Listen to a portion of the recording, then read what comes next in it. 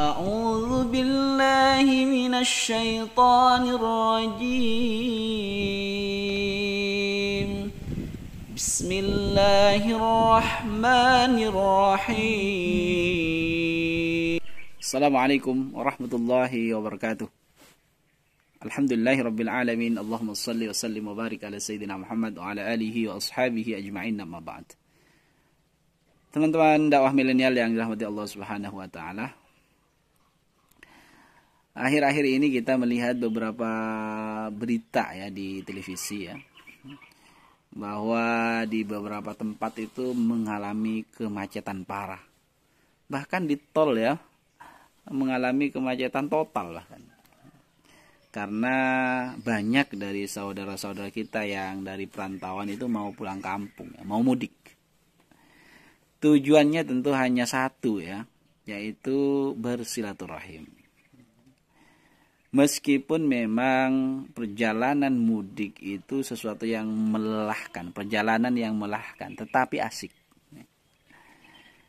Lelah tetapi asik, asik tetapi lelah. Itulah perjalanan mudik, apalagi kalau kampungnya jauh ya. Teman-teman yang dirahmati Allah Subhanahu wa taala, meskipun demikian memang perjalanan mudik untuk silaturahim ini adalah perjalanan yang sangat mulia ya. Bahkan di dalam sebuah hadis dijanjikan kalau Rasulullah sallallahu alaihi wasallam, man ahabba ayyubsata lahu fi rizqihi wa ayyunsa lahu fi atharihi falyasil rahimahu. Akhrajahu Al-Bukhari. Hadis ini diriwayatkan oleh Al-Bukhari. Rasulullah menyampaikan, man ahabba, siapa di antara kita yang suka, yang gemar, yang ingin ayyubsata lahu fi rizqihi, yang ingin rizkinya diluaskan, dilapangkan ya. Wa ayyunsa lahu fi atharihi, dan umurnya dipanjangkan, maka falyasil rahimahu, maka hendaknya menyambung atau gemar bersilaturahim. Mudik salah satu tujuan utamanya adalah bersilaturahim dengan saudara-saudara kita di kampung halaman ya. Teman-teman yang dirahmati Allah Subhanahu wa taala, kalau kita lihat isi dari hadis yang saya bacakan tadi, ayyusata lahu fi rizqihi, ingin diluaskan rezekinya. Kita lihat misalnya pendapat ulama ya, pendapat ulama tentang rizki. Misalnya pendapat Syekh Muhammad Mutawalli Asy-Sya'rawi ya, ulama Azhar, beliau mufassir ya. Beliau itu berpendapat bahwa rizki itu ada 4 tingkatan. Tingkatan yang pertama itu adalah rizki yang paling rendah. Apa itu rizki yang paling rendah? Yaitu harta. Ternyata rizki yang paling harta itu ternyata rizki yang paling rendah, teman-teman. Dan banyak manusia tertipu dengan itu ya. Kemudian yang kedua adalah rizki yang paling tinggi, yaitu sehat walafiat. Kemudian rizki yang ketiga adalah rizki yang paling utama, yaitu anak-anak soleh. Dan yang terakhir adalah rizki yang paling sempurna, yaitu ridha Allah Subhanahu wa taala. Itulah tingkatan rizki yang disampaikan oleh Syekh Muhammad Mutawalli Asy-Sya'rawi. Jadi diluaskan rizkinya itu jangan kemudian kita persempit ya, banyak uangnya misalnya. Ya iya, diantaranya itu, tetapi harta ataupun uang itu tingkatan rizki yang paling rendah. Sedangkan sehat walafiat, anak-anak soleh, dan kemudian ridha Allah Subhanahu wa taala, itulah rizki yang tingkatannya lebih tinggi dari harta itu sendiri. Kalau ingin disehatkan walafiat, kemudian kita juga memiliki anak-anak yang soleh dan juga dicintai oleh Allah Subhanahu wa taala, maka falyasil rahimahu, maka mudik, teman-teman, mudik ya. Jangan kemudian dirantau terus ya. Kemudian selanjutnya, man ahabba ayyusadalahu fi rizqihi wa ayyunsa lahu fi atharihi. ingin dipanjangkan umurnya. Ini juga ulama kita berpendapat bahwa dipanjangkan umurnya itu ada dua makna. Yang pertama makna lafzi atau hakiki ya. Ya dipanjangkan umurnya secara kuantitas dipanjangkan. Kalau umurnya misalnya 40 karena yang bersangkutan gemar bersilaturahim, maka akan ditambah usianya, umurnya gitu ya. Menjadi 45, 50 dan sebagainya. Secara kuantitas memang dipanjangkan. Itu makna yang sifatnya lafzi ya. Kemudian ada yang mengartikan bukan begitu. Yang dipanjangkan maksudnya adalah kualitasnya. Ini maknanya makna maknawi ya, atau majazi sebenarnya. Dipanjangkan yang dimaksud adalah diberkahi, diberkahkan ya. Misalnya contoh Rasulullah Muhammad SAW usianya itu 60-an ya, 63 tahun ya. Kemudian beliau wafat, tetapi sampai detik ini kaum muslimin itu mengetahui dan menyebut-nebut namanya. Itulah keberkahan umur ya. Karena itu kemudian usia beliau itu sampai detik ini ya beliau masih hidup. Itu majazi ya, majazi.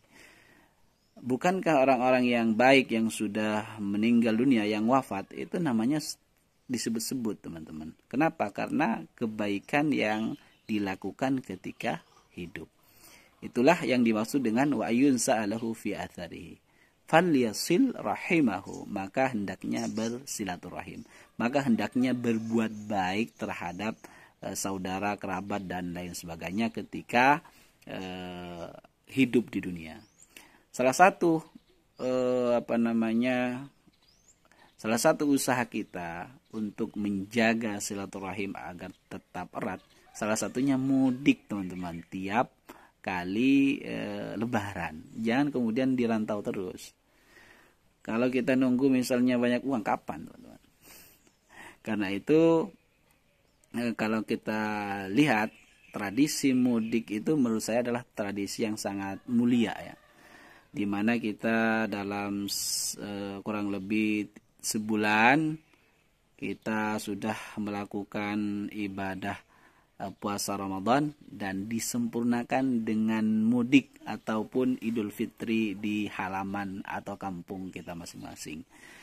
Dan disitulah kita bisa berinteraksi dengan baik dengan saudara-saudara kita yang mungkin sudah setahun lebih tidak pernah bertemu dan lain sebagainya. Dengan kita bertemu, maka insya Allah Allah akan memberkahi umur kita.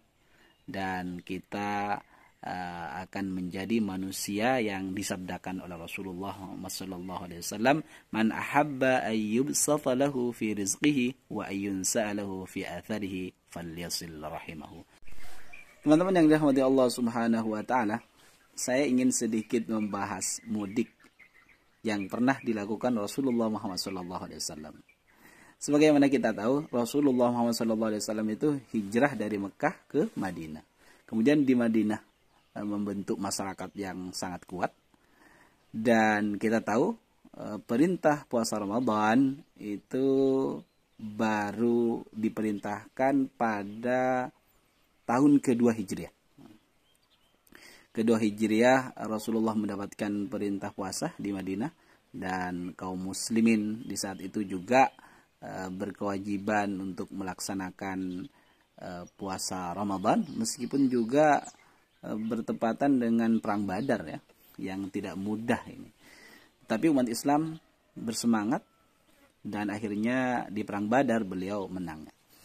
Singkat cerita kemudian pada ke-8 Hijriah beliau mudik dari Madinah ke Mekah.